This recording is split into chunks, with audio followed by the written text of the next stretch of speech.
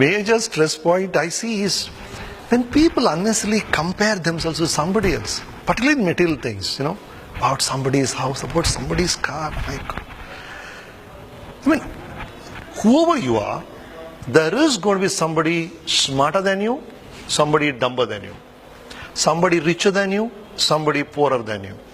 There's always going to be there, It's an endless chain, unless you're the richest man in the world like Bill Gates. So this whole point of comparison is going to end in a bottomless pit. I think the ideal comparison you should do is with yourself. What you are capable of, what you could be and where you are. You are destined to be there. You have the capacity to be there and you are here. That is the comparison. You rise up slowly in your skills, in your talent, in your work, and you reach your true potential. That is the ultimate comparison, and that's the right comparison you should do, I think. What you are and what you can be.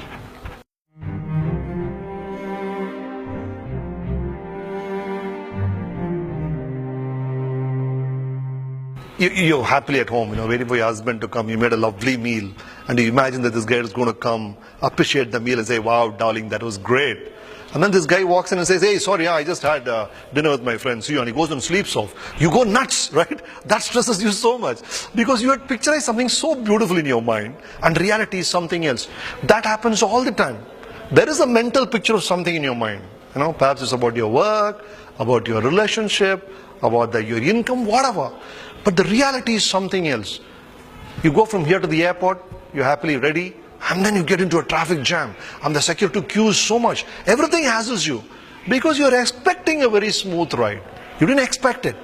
So the whole thing is the difference in your mind, in your picture, and the reality which happens. So I think one of this has to change, and you make a step forward.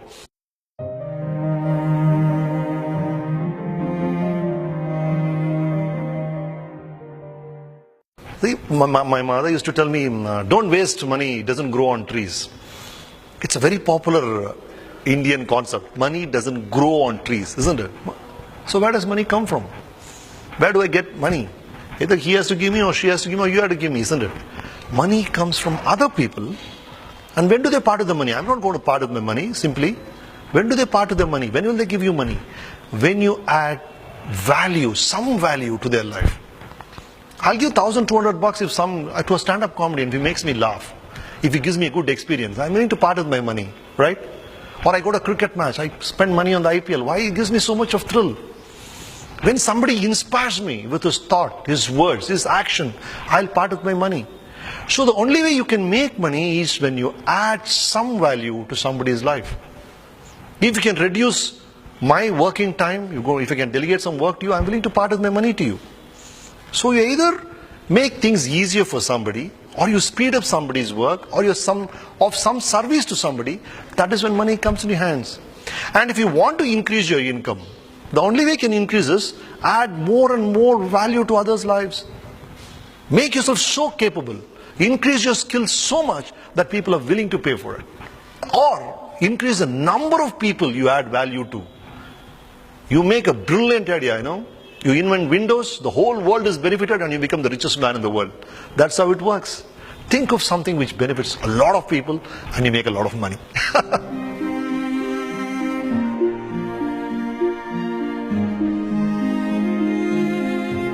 One of my favorite quotes was on a placard in Director K. Balachandra's office. He was my mentor.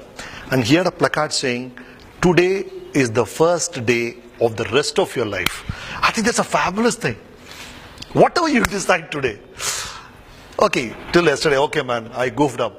I was a mess. But from today, I decide, now you see what I can become. That I think is a great thing to say. When you're coming here on this road, there's a board there. No U-turn. Life doesn't have that board at all. You can take a U-turn anytime you want. It's just on you to decide that now you see a new me, a fresh me, I'll show who I am. Of course it's going to be tough. Obstacles are going to be there. See, why do you enjoy a cricket match, Durgesh? Why do you enjoy a football match, or why do you enjoy these games so much? Because somebody is trying to hit a sixer, but the other man's idea is only to make him out. Every cricket ball starts with the idea of making the batsman out. He is a clever guy. He'll hit a sixer, he'll hit a four. He's got the skill. That's how everything is. Everybody is trying to stop you. What's football about? You want to reach the goal. If there is no opponent at all, you just go and put the ball. What's the fun? The whole idea of the opposite team is to block you. So I think life itself is designed that way. You want something so badly, and the whole world says, we will not allow you to get this. And you just roll up your sleeve and say, you think so? You underestimated me, boy. I'll show you who I am. That is what it's about.